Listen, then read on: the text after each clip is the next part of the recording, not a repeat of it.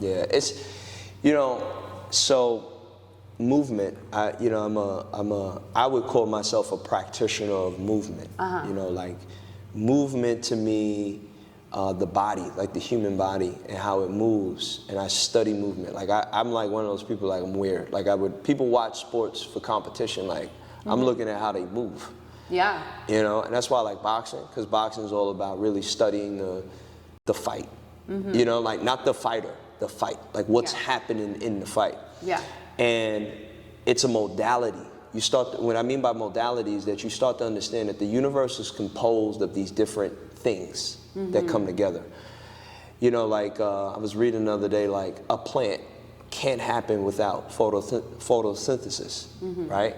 So there's components from the dirt, components from the sunlight, components from water, components that are happening inside the structure of the plant.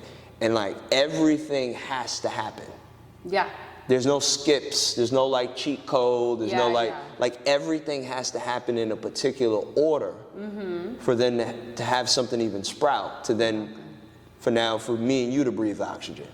For sound to even exist within this atmosphere. And so when you then really start to pull apart every modality and then study it, like study each modality, go into sound and understand like what frequencies are triggering emotion, like what frequencies are triggering a particular memory or whatever, right? Like what music uplifts you, what music brings you down, what music keeps you like in the same spot, like spiritually.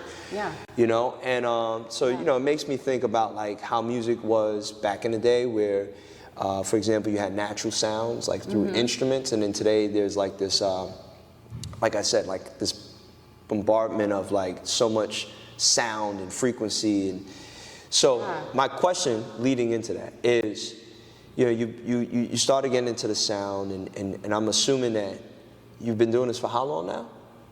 I've been doing sound for 3 years, but I've been a yoga teacher for almost 10. So for 3 years, I'm assuming you dived into enough research. Oh yeah, absolutely. With the actual physiology of and you spoke on the water and it being 70%, and like, can you dive a little bit more and explain to people that what kind of effects does this have on our nervous system? When we do this stuff. Absolutely. So I feel like the best way, because I love being able to demonstrate how this works, the best way to show this is through the use of binaural beats. So bi is 2, and when 2 beats, 1, 2, come together, they create a whole new beat. That beat is called a binaural beat.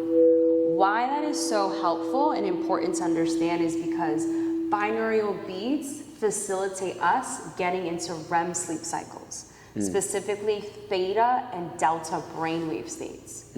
So if you were to look at, we see this sometimes in like EKGs and things like that, like you see the brainwave states going really fast. Right. That's a lot of times where our mind is at.